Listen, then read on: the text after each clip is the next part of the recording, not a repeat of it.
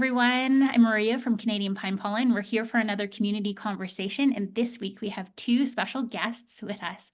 Isaac, who's from Arizona, and he's one of our brand ambassadors and very passionate about pine pollen. He's going to share a little bit more about his new experience with our gold tincture line, which includes the tincture and the pine pollen.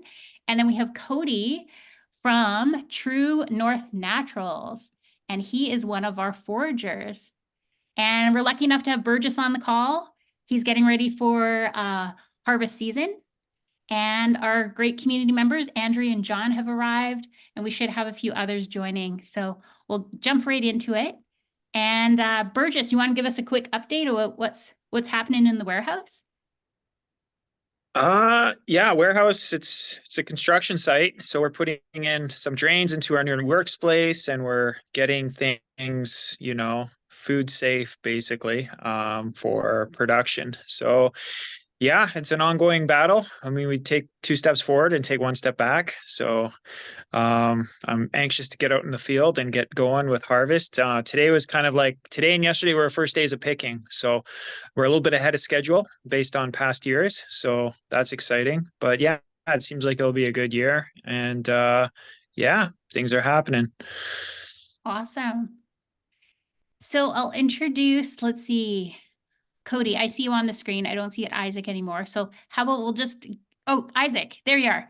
I'm here. Do you have the gold labels with you? I do. Or should I grab mine? I do.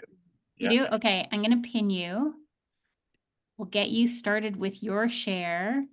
Isaac, great job on that. I heard you on that. There was a clip of you talking about the pine pollen. I was like, man, you know your stuff, buddy. I think you can talk about it better than we can.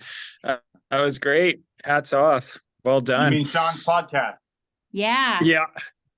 Yeah. That was Sean loves impressive. the pine pollen as well. Yeah. Sean absolutely loves the stuff. So it's not just me, man. Cool. Yeah, no, for sure, man. Well, you know how to explain it very well. So right on.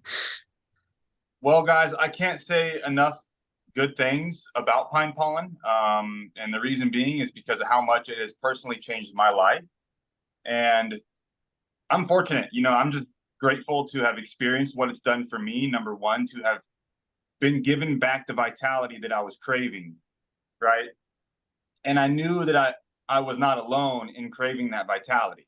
And I knew that once I had found it, I was going to share it with people. And pine pollen had come up in the superfood community, just talking about it, along with other names like shilajit and sea moss. And I'd heard about pine pollen and wheatgrass, right? But hadn't tried it until about a few years ago. And in the last few years, I've tried probably 10 different brands. My first time trying pine pollen, definitely felt the charge, felt the electricity, felt the mineralization that I was missing, felt the amino acids that I was missing. But I was also just in a really bad health state. I was super, I was dealing with many different autoimmune disorder symptoms, you could say, right? And pine pollen is such an adaptogenic superfood that, no matter really the source, it will adapt to your needs. But not all pine pollen is equal. And that being said, I feel very fortunate now to be experiencing and have been consuming now, I think for the last 6 months, 7 months, Canadian Pine Pollen. And it's the purest pine pollen I've ever had out of all the, I think, 10 different brands that I've had in the last 3 years. Number one, number two.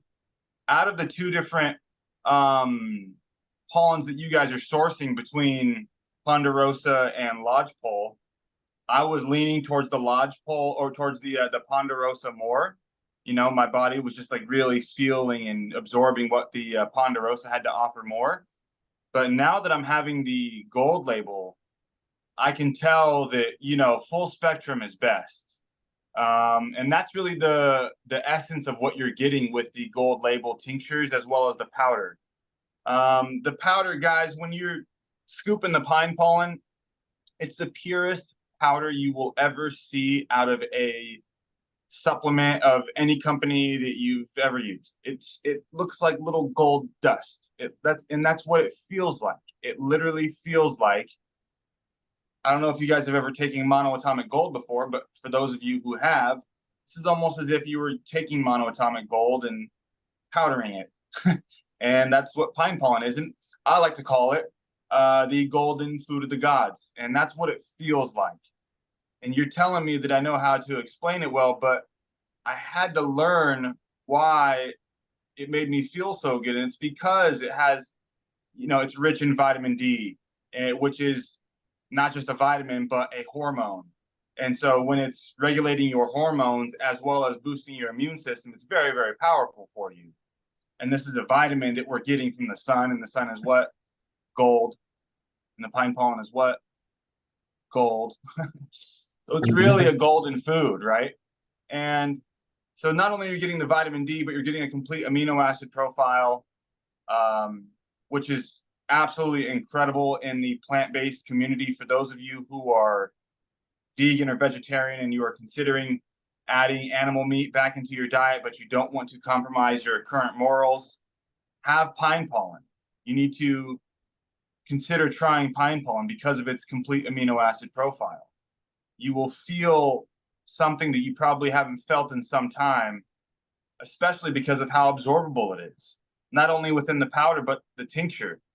I prefer the tincture over the powder before a workout, because this is the closest thing to injecting yourself with anabolic steroids. Why? Because there are androgenous testosterone compounds within pine pollen. And so you're literally injecting yourself, like inoculating yourself with testosterone. But because you're doing it via liposomal absorption, the stomach acid isn't getting rid of any of the pine pollen like it will within the powder. And the tincture, you take that before a workout, you will feel a pump probably like you've never felt before, especially if you're pushing yourself. Keep in mind, one of the things in the points of exercise is to push yourself, not just go through the motions and do the same thing over and over again. What pine pollen will help you do is overcome those plateaus that you're used to just hitting and stopping. For me, that's what it's done. It's helped me overcome many plateaus that I used to just hit in my exercise routines and go back and cycle back around and work my way back around. And I'm hitting PRs now like I haven't hit in years. Weighed in at 166 the other day. Bench press 225 6 times the other day. No problem. Told the guy who was spotting me, I may do it 3 reps. Felt so good at 3 reps, let's do another. Good at 4, do another. Good at 5, do another. And I had the Canadian Pine Pollen tincture probably 90 seconds before that. Because I knew what I was, getting ready to do, right?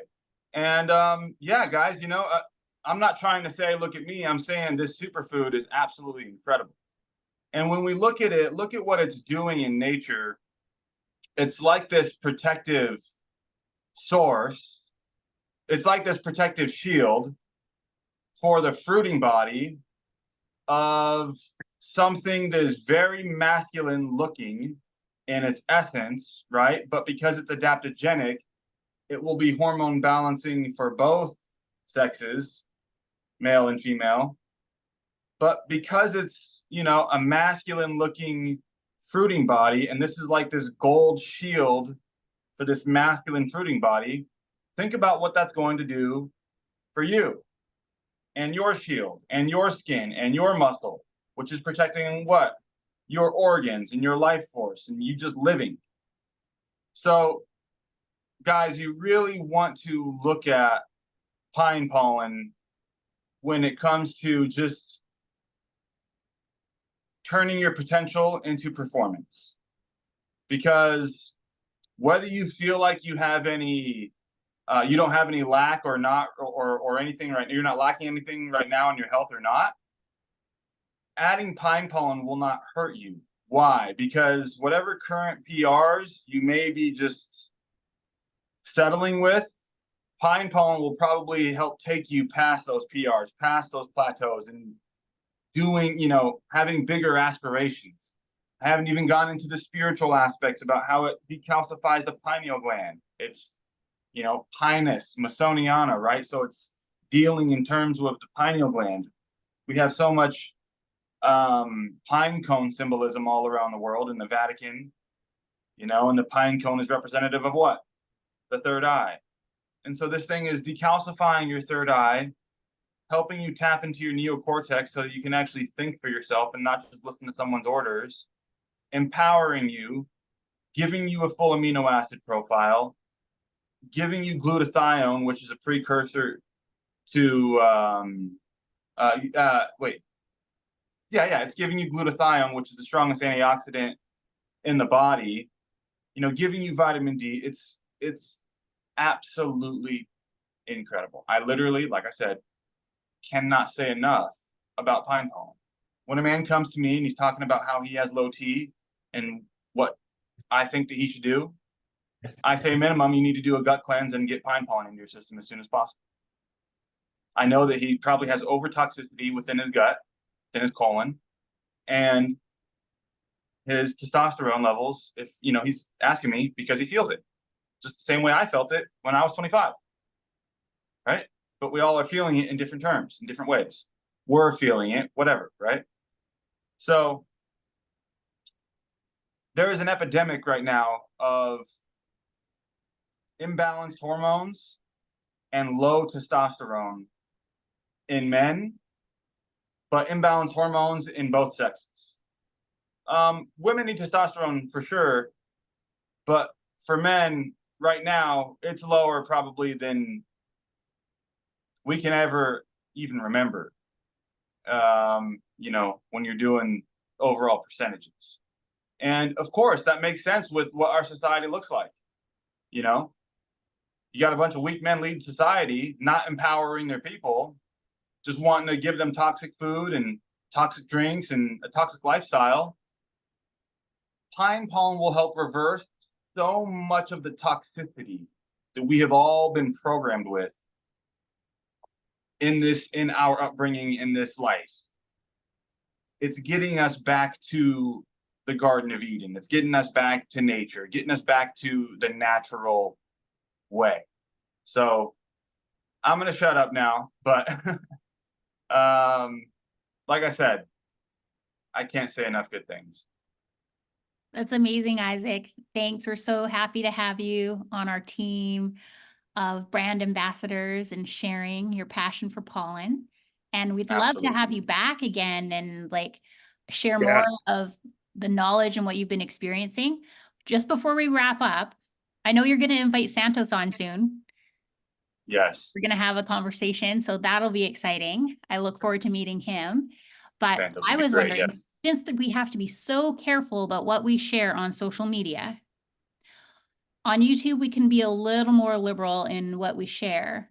What is something that you're you want to really highlight about pine pollen that we have to be careful about sharing? Yeah, the low testosterone, it's the imbalanced hormones overall is what it really is. I mean, the closed pineal gland, but that kind of comes with it. And what do you hear from people you're sharing with about their response or their the positive effects they've had? Oh yeah, absolutely. Every single man I put it on, every single guy who gets on pine pollen, he comes back to me. He's like, dude, I haven't felt like this since, he just hit puberty. Or something of that nature, right? And whatever peak that they were at in their young men's lives, they're hitting that point again and more because they're wiser now, right? With experience. And they know how probably they hurt their hormones before. And they just, all these guys just feel like they got their juice back. They feel like they got their juice back plus some. Yeah, that's you got your swag every back. Single person is telling me. But that's not just the men. Sorry, what'd you say, Burgess? After you get your swag back a little bit, once you start supplementing with it, I feel like it helps with confidence. Yeah, it helps you feel better about yourself. It gives you a better sense of well-being. Yeah. And like you said, I feel like we're just lacking essential building blocks from our everyday diet, and just pine pollen helps fill those voids. Absolutely. Lets our bodies recover faster, better. You know, when we're working out and we're not nourishing our bodies after a workout, we're not giving our bodies the opportunity to heal. So you're going to end up injuring yourself.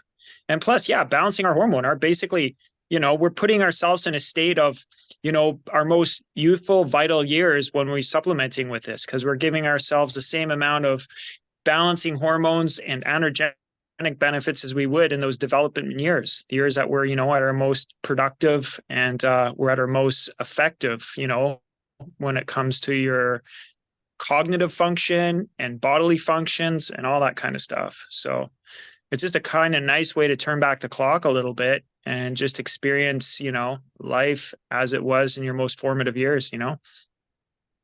That being said, you're right, Burgess. Everyone is surprised when I tell them that I'm 33. Barely anyone can believe me when I tell them my age. They're like, oh, I could have thought you were 25, 26, 27 maybe. Yeah. Oh yeah, 100%. Kind of have a young look, but like these superfoods are definitely helping me stay young, helping me have this glow and this bounce too, that bounce back. That's the biggest thing that comes with aging, right? Is that slow degeneration. And you don't feel it until you're getting out of bed the next day. And it's slower. And it's like, oh, I'm a little inflamed here, here, and here. Oh, I don't like that. You know? So the pine pollen helps with the bounce back. It's helping empower a very disempowered generation of not just young men, but young women as well. All the young ladies who are getting it from my site are absolutely loving it too, and they love the energy. They love the clarity that they have. They love feeling better because, like, you know, you said, it's balancing their hormones as well. And you know, to testify into the confidence, absolutely. You know, we cannot. People don't follow people, you know, who people follow people who know where they're going. Period. And if you are confident, then you know where you are going. So if you have confidence and you are trying to, hold on, let me slow myself down. If you don't have confidence and you are trying to pursue a woman and trying to get her to like you at all, nothing is really going to go your way. If you have low testosterone, you're going to have low confidence, you're going to have low self-esteem, and what you're saying isn't really going to come out properly. But when you have higher testosterone and balanced hormones, as well as not just high testosterone, but balanced hormones, then your confidence and your optimism is going to be high. And when your optimism is high, not only are you going to have a smile on your face, but you're going to have confidence behind what you're saying and just like be glass half full about life. And when you're when you're glass half full about life, you're more magnetic. But when you are down in the dumps and pessimistic, no one's going to want to really hang out with you. So your magnetism to like what you want to bring into your life as far as confidence, Burgess, I'm really glad you brought that up. This will really help you pull what you want to into your life if you're currently a little more pessimistic than you would like to be. So, yeah, man, well said. No, that's awesome. And it's always nice to hear, like, it's such a breath, fresh air hearing that. Like, yeah, there's a lot of times, you know, I'm taking it regularly, but it's nice to get a good conversation like this for, you know, just to remind me of like how powerful this stuff is. And, you know, and be taking it like even more than I am now, like, you know, take it a little bit more in the morning, but yeah, have an extra scoop here and there, especially when I'm feeling like low energy. So I appreciate that, Isaac. Thanks for that awesome feedback and that great invitation. Of course. Thanks for having me on. Thank you. We'll have you on again. Okay. So we're going to transition, and I know Isaac has been trying our mushroom tinctures, but we want to introduce Cody. We'll pin you here, Cody, so you can share with the Hey. group. Cody, my man. Tell us where you're calling in from. I'm calling from Goulet River, Ontario. Actually, I'm hanging on my dock with my dog. I saw pictures of your dog on Instagram, and your dog has the most beautiful blue eyes. Yeah, she's beautiful. Cool. So what have you been, tell us about TruNorth Naturals. We are mainly a medicinal mushroom harvesting business in well, we're in the middle of nowhere here, and it's south. Just to give you some geographic reference to where Goulet is, it's like the southeastern tip of Lake Superior. Okay, so we're really isolated. So what we harvest is chaga is our main product, but we harvest willow bracket, birch polypore, artist conch, red belted polypore, turkey tail, and a species of reishi called Ganoderma sugae.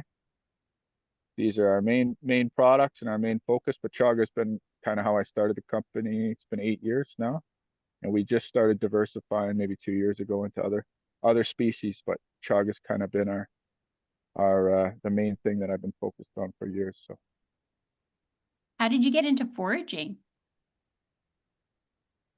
yeah, it's a long story, but I grew up in the bush. Like I grew up just down the road from here with my dad and my mom, and I was always kind of attracted to the bush, to the forest. And then I got disconnected as I hit high school. Uh, I moved away after high school, moved into out west. We got into like the oil sands, electrician, doing all this, and I had a spiritual awakening. Basically, I had a spiritual experience, that an overnight thing that happened, and it reconnected me with to the forest. I moved to Vancouver Island, actually close to where Burgess you guys are now, but to live off the land again on Vancouver Island for about a year, just under a year, and then I got a calling to come back home, and I started looking for different things that I could forage around this area. Because when I was on Vancouver Island, I started foraging for like foods and medicines again. And then when I came back to Ontario, I started looking for something like that I could harvest and potentially make a living off of as well, but connect with as well. And chaga was everywhere. And yeah, that's kind of how it started, and came to fruition ever since. So how far do you have to go to find the chaga, or is it in the woods where you live? It's around, actually. Me and my partner were just up walking up my trails. We have 192 acres here, so we got a Wow. lot of these walking trails we can go on. And yeah, we found some chaga on our walk today, and all sorts of different species of mushrooms. But we go primarily about 100 kilometers north of here, and then 100 kilometers east is where most of it grows. But during reishi season, which is coming up in the fall, we actually go over closer to, you probably haven't heard of it, but it's called Algonquin Park. It's more eastern Ontario, but it's where all the hemlock grows. So we'll make our way over there in the fall for reishi season, and we kind of move around with the seasons depending on what we're harvesting. And Do you have a favorite mushroom? yeah, I'd have to say chaga. It's been with me the longest. Chaga and psilocybin, to be honest. Yeah, chaga's been with me the longest, and it's been yeah, I drink it every day, and I feel like it helps me connect to the land. And That's great. so, yeah. So a lot of our customers buy the chaga that probably comes from you, right? Our chaga, Burgess? Yeah. Yeah. Yeah. Chaga, all our turkey tail, reishi tinctures, and then right now we're in production. We do have a complex mushroom blend coming out with all those other mushrooms that are not quite as popular, but as familiar, quite as familiar with everyone. But the ones that Cody was mentioning earlier, so birch polypore, artist conch, hoof conch, and a bunch of other ones. So we're excited about that, to get that out. But yeah, I mean, the thing I love so much about Cody's brand is, like, I really resonate with him a lot. I feel like he has the same passion for the outdoorsy stuff, like getting product wild harvested, and there's a lot of transparency behind the quality of the products. And actually, I was fortunate enough to go up there in the spring, and it was the fall last year, and get a chance to spend some time with him in his neck of the woods, and he had a chance to show me around and got to experience exactly where he's picking the product. And yeah, it was a really cool experience, and I was really grateful to get a chance to get up there and meet his folks and see his neck of the woods. So it was a really cool experience. Yeah, it was awesome having you, man. Be doing it Yeah, again thanks. soon, I hope. Yeah, I hope so too. Yeah. Yeah. Who But yeah, who just taught you how to forage? um I taught myself a lot of it, like just reading and being connected to the land, and then yeah, I taught myself quite a bit of it. But I guess since I was a kid, my mom would take me out foraging for berries and things like that. But Nice. yeah, so And but yeah, we work. do you want to share a bit about the sustainability and how you practice respecting like the earth and how we have to be careful about being like sustainably harvesting? Yeah. So we track all of our data, everything that we harvest. We've been tracking it. We've got about 6 years worth of data collection. And it's based on the regeneration of all the species and the biodiversity in the forest, because mushrooms play a really, well, fungi in general play a really big role in it, eh? The decomposition. And if we harm it, then it's gonna be bad for everybody. So what we do is we track everything that we do. We have certain protocols in place for each species that we harvest so that it's regenerative. Actually, my sister's been, we've been redeveloping and kind of dialing in our program, and we're working with different forest management companies using the Ontario, basically it's Ministry of Natural Resources have given us access to forestry data that allows us to kind of overlay our information that we know about the species and look at the regeneration cycles of it, so we can plan harvest schedules based on that. So we can move around location to location and study the information that we're gathering.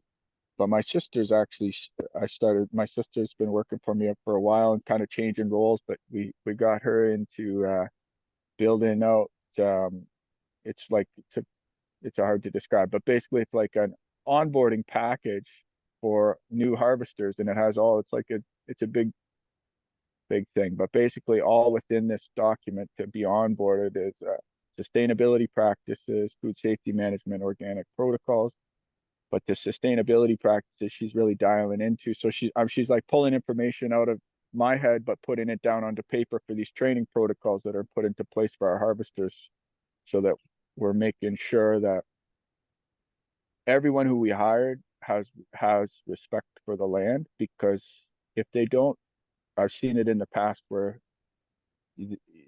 people just rape the land basically, right? So Yeah. Do you have any relationships with Indigenous people in your area? my partner is the Anishinaabe, actually. She's in my cabin sitting inside right now. Oh, nice. But yeah, so she's she's an Anishinaabe. We we have employees that are Ojibwe as well. So we're connected to the land through them too I've as been well. really enjoying learning more about the Indigenous culture and the reconciliation projects in my community, and how beautiful the culture is as far as respecting the land, working with plant medicines, and the whole holistic view that as Western culture is so disconnected from. Yeah, it's important. We got a lot to learn from them. So Well, thank you, Cody. Is there anything else you feel like sharing? Maybe a cool story about collecting mushrooms or anything?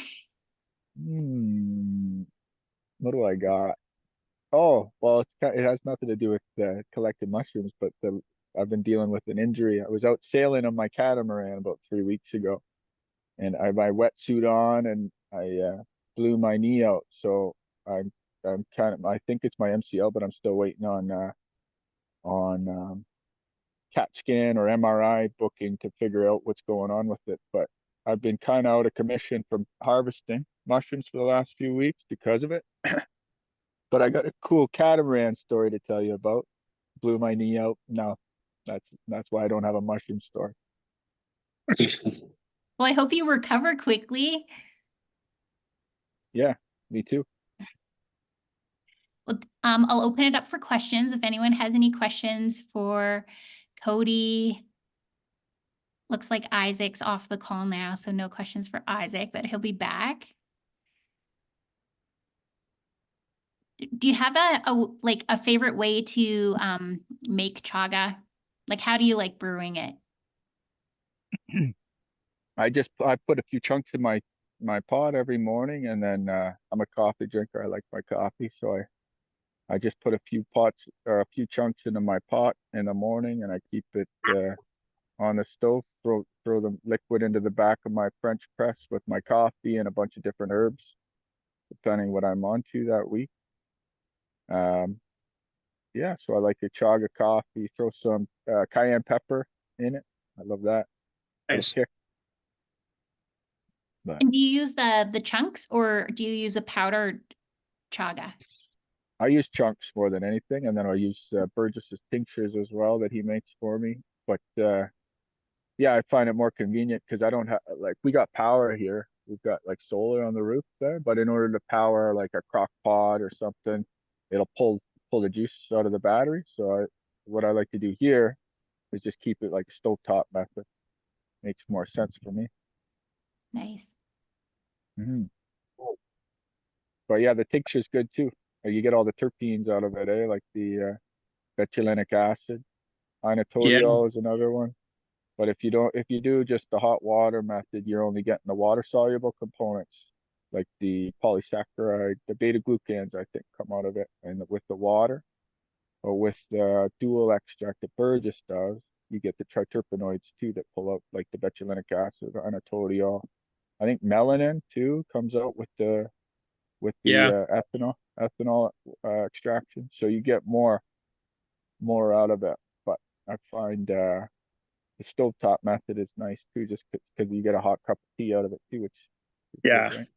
Yeah, I think they're both great. Yeah, you get a little bit more from the dual extract, but I mean, at the end of the day, it's if you're consuming it anyway, you're going to benefit from it for Yeah, sure. yeah, exactly. Yeah. Is there Well, anything actually, we that I did a can, is there anything I can just do with the chaga chunks once I'm finished brewing it?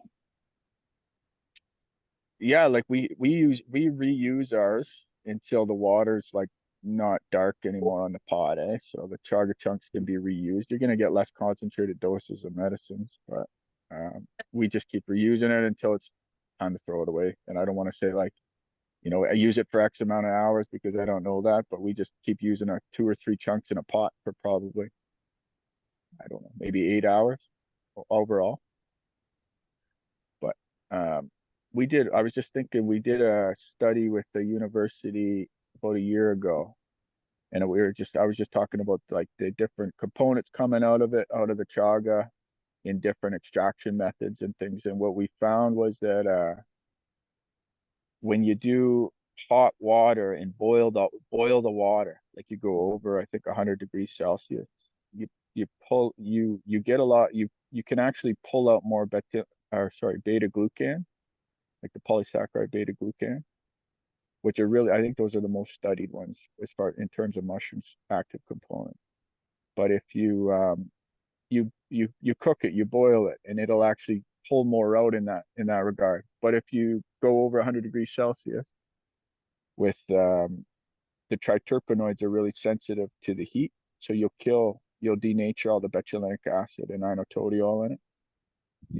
And the other thing we found through the research with the university was that if you do the extraction hot water first and then ethanol second, it pulls out way more actives than if you were to do it in reverse, because the Oh, alcohol, the interesting. ethanol, yeah, the ethanol has like it'll stick. I don't really know the science behind it, but the way the professor or whoever it was, I can't remember his role there, but basically what he said was that the ethanol would like stick into the cell walls, and then the water would have a harder time pulling out the actives afterwards. So if you do the water first, then the ethanol second, you get more full spectrum extract. Huh, interesting. Yeah. Do you have that? Do you have all that information on your website? It's not actually, Alyssa, my partner was just talking about putting that up yesterday, but flip it over to you when we're done this call too. We've Yeah, for got sure. We could put it on yeah, our research page too and reference you, obviously, as the source. So, yeah. that's But that's been a good resource for us, having that research page. Anytime people have got questions, we just put them over to that. But we do get a lot of questions for people like, hey, how do you use this chaga, whether it's the chunks or the tincture? But yeah, people always want to know how you brew it up and whatnot. So that's all cool stuff. Like, and then giving the idea of like, okay, why would you take the tincture over the chunks? I mean, that's a great explanation on, yeah, getting a wider mhm, spectrum of stuff. It's pretty obvious, but to that yeah, degree of what the spectrums of what nutrients they are. So yeah, for sure. And yeah. if like you say, it's obvious, but it's only obvious until you do it, eh? Like not Right. you're Yeah. we know about it. Most people don't, so it's just any type of education be good, eh? Yeah, and even just mixing it with your coffee, like such a cool way to just add more nutrients or just kind of start introducing chaga into your daily routine and not kind of messing up your routine as it is. So, some people are maybe trying to get off drinking too much coffee. So add half chaga, half coffee, and you're having half a Yeah, cup of coffee a day. You know what I mean? And yeah, having some yeah, chaga man. too with them.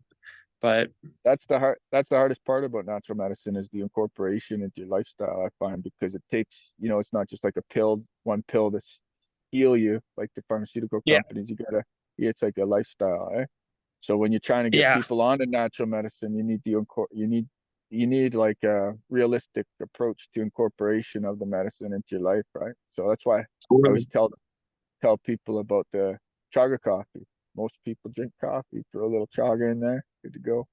Yeah, I know it's awesome. I was doing for I have stopped doing it lately, but I kind of started over the last couple of days actually, but brew up my chaga and I'll put it in a mason jar and I'll add a little bit of honey and cocoa powder and then put some chia seeds in there. And Nice. yeah, that's just about like a milkshake. Like, I can take that with me throughout the day and just have a couple shots here and there. And yeah, it's pretty hearty, it gets you through the day for sure. Beauty. So Yeah. yeah. So what's you guys harvesting right now? The boys?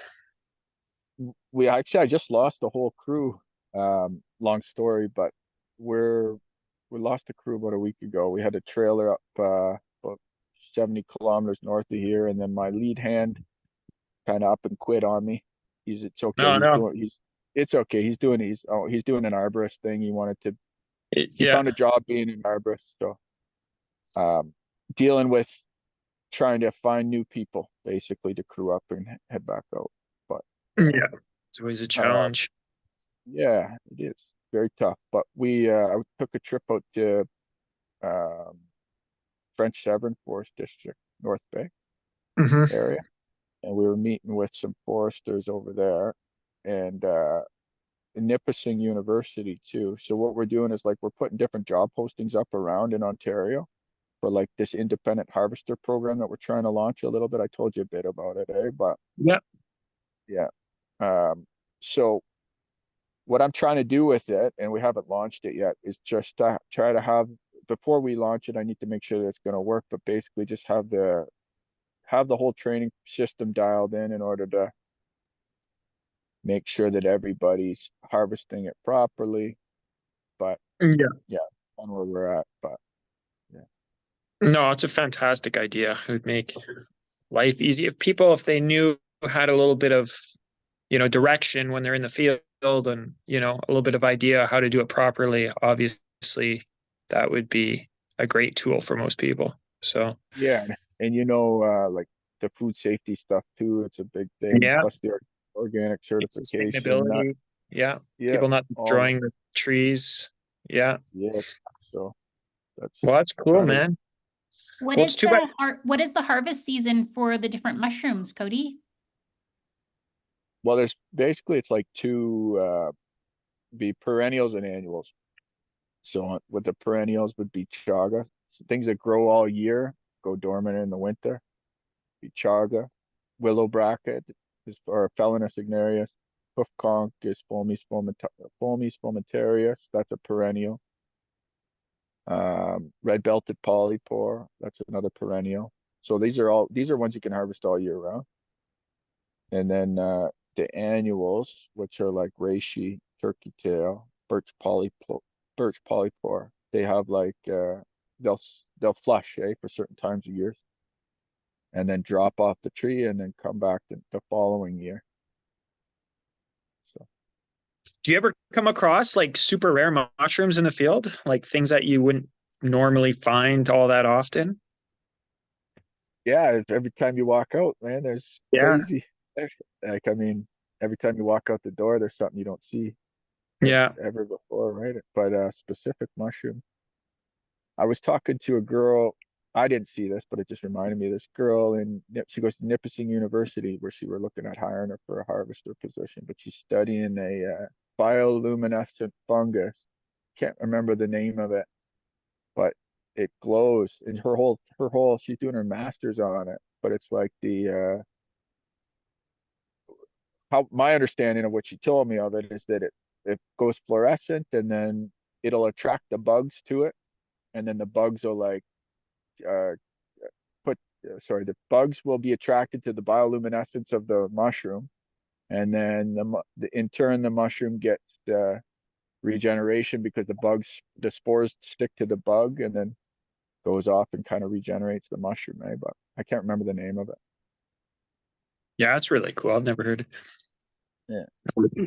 Uh, But we're pine pollen starting to pop here too. I've been looking over at Brent's. We don't have the ponderosa and the lodgepole, Burgess, but the red pine is starting to yeah. pop here Well, too. ponderosa is yellow pine, so I think red pine is the closest thing to it. But yeah, obviously, and that's another reason like why, we like working with Cody, is because British Columbia and Ontario are very far apart. And obviously we have two different climates and biodiversity areas. So, it's way more sustainable for us to get our mushrooms from somebody like Cody in that part of the world. It just makes more sense. So, but yeah, there's different types of species of pine trees in that area. And hopefully we get a chance to work with Cody down the road and get some new species of pine. So that'd be cool. Yeah, it's popping here too. So it's starting to go a little bit everywhere. And I know it's a little bit early this year and compared to years past, but yeah, it's too bad you're banged up. I would kidnap you and bring you down here and get you working with us boys for sure. Yeah, I'm healing up actually. I might take you up on that. Like I just went on a 5K walk earlier. I'm still limping That's a good, bit, man. but Well, I you can got get an open around. invite, man. I think the guys would Yeah, love to meet you, and just let me know when you're ready to come, and if you want to come, yeah, you're more than welcome. It seems like it's going to be a good year from what we understand here. There's a lot of stuff happening. yeah. I don't know how the weather's been there, but yeah, it seems like we've had a little bit of cold weather over the last little bit, but leading up to this, it's been really nice. So, and we're still getting sunny days, but yeah, bring the lady Yeah. along, do some picking, some camping. Oh, I'd love Got to, the, man. yeah. Sounds great. Actually, I was going to go to Halifax here in a couple of days, but I called that off. So maybe I switched the ticket over. Head your way. Yeah, man, for sure. That'd be awesome. Well, thanks, Cody, so much for taking the time to be on our call today. We really appreciate your partnership with Canadian Pine Pollen, and it's nice to know the people that are out there foraging the really special ingredients for our products. So thank you. Appreciate you. Thanks for having me.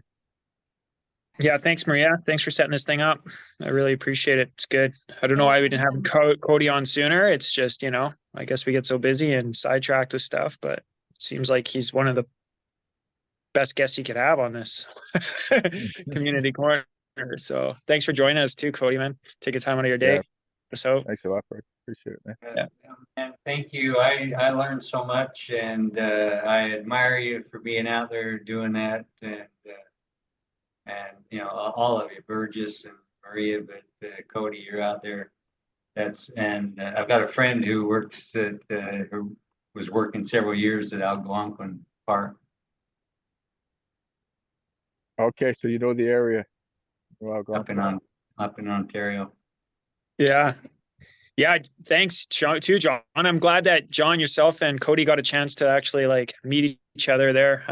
I feel like you guys would have a lot of good conversations. You guys are both great people. So thanks again, John, for joining us. It's always great to see your face every week. Okay, we'll see everyone again next time we're on a call. We're going to take a break during harvest season, but I am going to be hosting for the next, I guess, mid May. I can't believe it's May already. I wanted to say March. I'm going to be doing a 30-day pine pollen challenge. So if anyone wants to join, it'll be kind of like weekly check-in and coaching calls, and really just supporting everyone on finding their dose, making sure they understand how to work with the product. And yeah, so it's going to be a 4-week challenge, and to consistently take our pine pollen and just see how it impacts our bodies. And yeah, just kind of document everything. So hopefully we'll have a group of people that want to do the 30-day challenge, and we'll have some great testimonials at the end. That's so cool. Great idea. Okay, we'll have a good spring, Burgess, out in the field. And Thanks. We'll reconnect our community conversations once harvest is done. Is Andrea still there? Yeah. Hey, how are you? Thanks so much for joining again, Andrea, too. I'll unpin you here, Burgess.